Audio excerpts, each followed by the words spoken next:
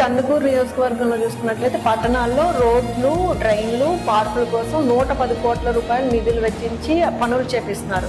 కానీ ఇంకా అంతర్గత రహదారులు కానీ కొన్ని డ్రైనేజ్ సమస్యలు కానీ కనిపిస్తున్నాయి. వీటిని ఏ విధంగా పరిష్కరించాలి? ఆల్రెడీ ఇది కూడా పాత రోజుల్లో ఎప్పుడో ఓల్డ్ మున్సిపాలిటీ ఏరియాలో ఇటుకలతో డ్రైనేజ్ మొత్తం కట్టడం జరిగింది. అది కొన్ని సంవత్సరాలు అయిపోయిన తర్వాత ఆ ఇటుకలు కెపాసిటీ పోయిన తర్వాత అవి మొత్తం కూడా కొలాప్స్ అవుతా ఉన్నాయి. అవి కూడా మొత్తం ప్లాన్ చేసి 30 కోట్లకి ఆల్రెడీ గౌరవ మంత్రి గారికి మేము ఎస్టిమేషన్ అన్ని ఇవ్వడం జరిగింది. తప్పనిసరిగా అవకాశం వస్తే డ్రైన్లు మొత్తం పాత మున్సిపాలిటీలో ఉన్న డ్రైన్లన్నీ కూడా సీసీ డ్రైన్లుగా మార్చాలని ఒక ఆలోచన ఉంది. తప్పనిసరిగా అక్కడ ఉండే ఆర్థిక వనరులను బట్టి అవి కూడా 1 by 1 కంప్లీట్ చేసి అంతర్గత రహదారులు అంటే కనీసం లాస్ట్ 5 సంవత్సరాల్లో ఒక 10 కోట్ల రూపాయల మున్సిపాలిటీలో కూడా రోడ్లు ఇయ్యని పరిస్థితి. ఈ ప్రభుత్వంలో గౌరవ ముఖ్యమంత్రి గారి సహాయ సహకారాలతో నాకు చేతైన వరకు నేను ఫస్ట్ టైం ఎమ్మెల్యే అయినా కూడా నెలకి 25 రోజులు ఈ నియోజకవర్గంలోనే ఉంటూ ఎక్కడైతే మనకు అవసరం ఉండదో ఆ మంత్రి గారిని కలుస్తూ ఇప్పటికప్పుడు నిధులు తీసుకొని వస్తా ఉన్నా. తప్పకుండా ఈ మున్సిపాలిటీని ఒక మోడల్ మున్సిపాలిటీగా తీర్చిదిద్దేదానికి